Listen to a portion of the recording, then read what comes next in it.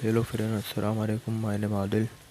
दोस्तों, इस वीडियो में ये बताने वाला हूँ उड़ान बुक में आप अपना अकाउंट कैसे बनाएं।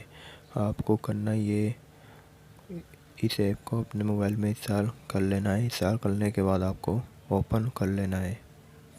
आप इसे यहाँ से ओपन करें या आप इसे यहाँ से ओपन करें, आप कहीं से भी ओपन कर लें इसे। मैं इसे यहाँ से ओपन करूँगा।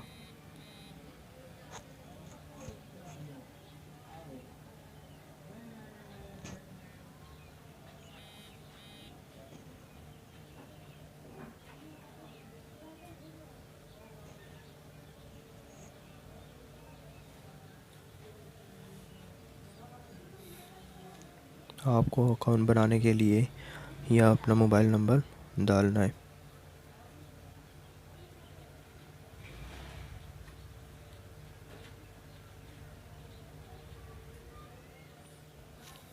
मोबाइल नंबर डालने के बाद आपको यहाँ से ओपन कर लेना है।